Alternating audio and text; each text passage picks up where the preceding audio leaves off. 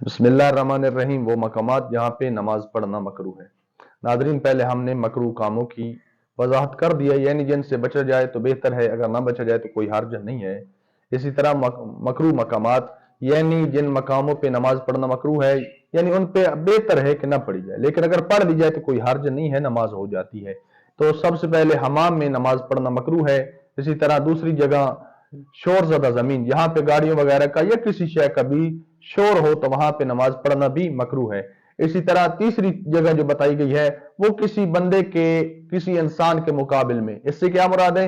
यानी किसी इंसान का मुंह आपकी जानिब है तो वहां पे नमाज पढ़ना मकरूह है, यानी सामने बंदा बैठा है तो। लेकिन जैसे सफों में बैठते हैं, आपकी जानिब, आप दूसरी साहब में होते हैं, पहली साहब वालों की पुश्त आपकी जानिब होती है, वहां पे कोई हर्ज नहीं है। लेकिन यहां पे जो है कि बंदे का मुंह आपकी जानिब है तो वहां पे नमाज पढ़ना मकरूह है। नमाज हो जाती है लेकिन बेहतर है कि वहां नमाज ना पढ़ी जाए। इसी तरह चौथी जगह ऐसी गली या कूंचे में नमाज पढ़ना मकरूह है, लेकिन अगर वहां पे शर्त यह है गली कूंचे में नमाज पढ़ने की कि वहां पे लोगों को अजियत ना हो।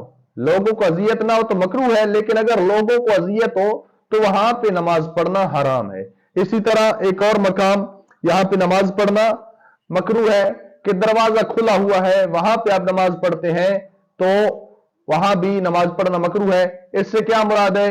इससे मुराद यह है कि ऐसा दरवाजा जहां पे लोगों की गुजरगाह हो, यानी यहां से कोई ना कोई बंदा गुजरता रहता है, वहां पे नमाज पढ़ना मकरूह है। इसी तरह आग और चिराग के मद्दे मुकाबिल नमाज पढ़ना, यानी आग और चिराग सामने जल रहा है तो वहां पे नमाज पढ़ना भी मकरूह है। इसी तरह बावर्ची खाने में और हर इस जगह जहां पे आग जलती हो, क्योंकि हो सकता है कि इसे मकरूह इसलिए करार दिया गया हो कि क्योंकि बहुत से लोग पहले आतिश परस्त थे, उनसे मुशाहबत की वजह से हो।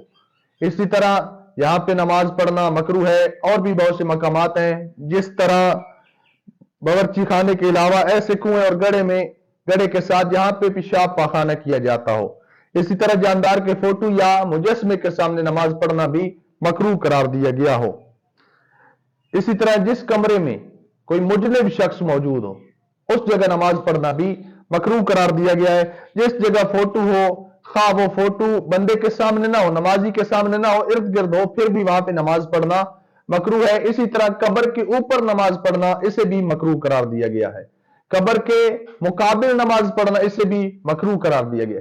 दो कब्रों के दरमियान में नमाज पढ़ना, इसे भी मकरूह करार दिया गया है। इसके अलावा एक और मकरूह है कि कब्रिस्तान में नमाज पढ़ना, यानी कब्र के ऊपर पढ़ना, कब्र के मुकाबिल पढ़ना, दो कब्रों के दरमियान पढ़ना या कब्रिस्तान में नमाज पढ़ना, इसे भी मकरूह करार दिया गया है।